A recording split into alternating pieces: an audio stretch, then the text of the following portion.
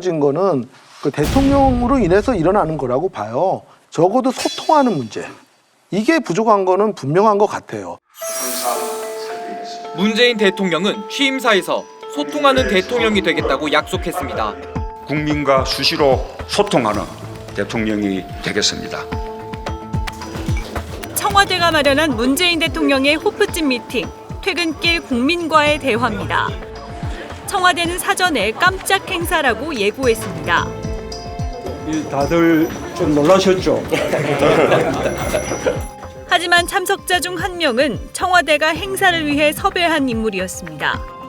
청와대는 대통령이 현장을 방문할 때 되도록 과거 인연을 맺었던 사람들을 다시 만나려고 한다고 해명했습니다. 하지만 깜짝 행사라는 사전 예고와는 상반된 설명입니다. 국민 패널 수십 명이 대통령을 향해 손을 들고 잠깐만요. 예. 질서를 좀 지켜주시기 바라고요. 네, 알겠습니다. 뭐 얼마나 하실 말씀들 많으실까. 또 그런 분들이 오셨을 것 같고 그래서 오늘 경청하는 시간 그렇게 갖겠습니다.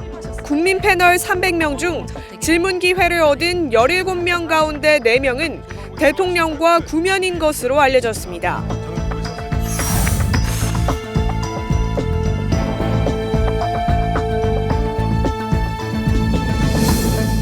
심지어는 뭐 이낙연 민주당 대표까지도 대통령의 어떤 속마음을 읽었다. 뭐 이런 식으로 굉장히 대통령과 거리감이 있게끔 느껴졌어요. 다른 사람도 아닌 얼마 전까지만 해도 국무총리였었던 분이잖아요. 그런 분하고도 이 진솔한 대화가 아니라 속마음으로 느꼈다라는 거는 문재인 대통령께서 뭔가 국회의원은 물론이고 심지어는 자기 측근에 있는 사람하고도 이 충분한 어떤 대화 소통이 안 되는 거다. 이게 이제 문제고요. 특히 이제 그 문재인 대통령께서 이제 뭐 얘기하시는 거 보면 항상 이렇게 A4 용지를 들고 읽으세요. 그건 대통령이 직접 쓴 것도 아닐 거라고요. 밑에서参谋들이 다 써준 거 그냥 읽는 거예요. 이거는 저는 아니다. 남이 쓴 깨끗한 스크립트보다 오히려 대통령이 속마음을 듣고 싶은 거예요. 국민들은요. 강 변호사님은 대통령이 이제 그 수석보좌관 회의하시는 모습만 주로 많이 보시나 봐요.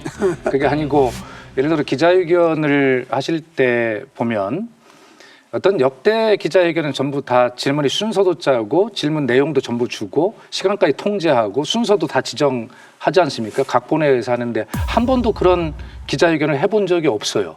제가 대변인 할 때도 대통령께서 자유로운 질문을 주문하시길래 대통령님 이게 첫 번째 기자회견인데 국정과제의 순서가 있고 이러기 때문에 정치, 경제, 사회, 문화 분야대로 해야 되기 때문에 그렇게 하면 안 됩니다라고 제가 강력하게 반대를 했더니 고집을 안 꺾으시더라고요. 그래서 할 수 없이 그러면 절반씩 섞어서 하시죠라고 제가 제안을 했는데 그것도 안 들어주셨어요. 그렇게 하지 말고 무조건 자유롭게 그냥 하자.